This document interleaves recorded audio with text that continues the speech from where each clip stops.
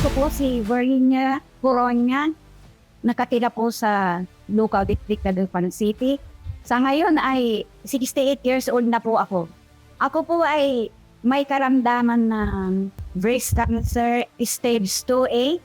Ako po ay nag-undergo ng surgery, tinanggal po yung left breast ko at chemotherapy ako ng 4 na beses. Kinailangan ko pong mag-undergo uli ng chemotherapy ng 18 cycle ng trastuzumab infusion. Sa time na yun, ako po ay parang nalalamta, mahina ang katawan. Noong 2021, narinig ko po yung program ni Dr.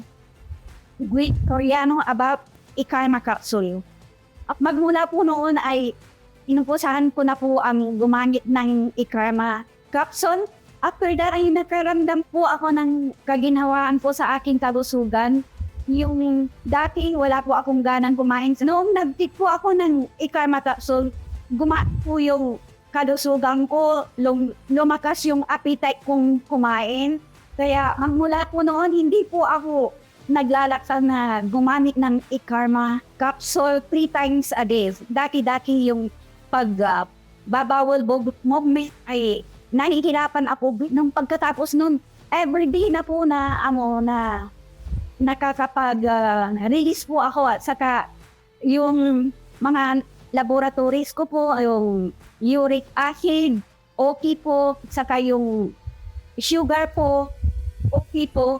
Basta ang gawin lang po natin ay ituloy-tuloy po yung ikarma. Alam po ninyo pag may yung mga benefits ng cancer, mga ganon, nagdadaos ako pero nung narinig ko po yung testimonya ni Dr. noon na may cancer patient na inalagaan po nila, naka-recover, yun po ang nag-trigger po ako na pagpatuloy ko yan.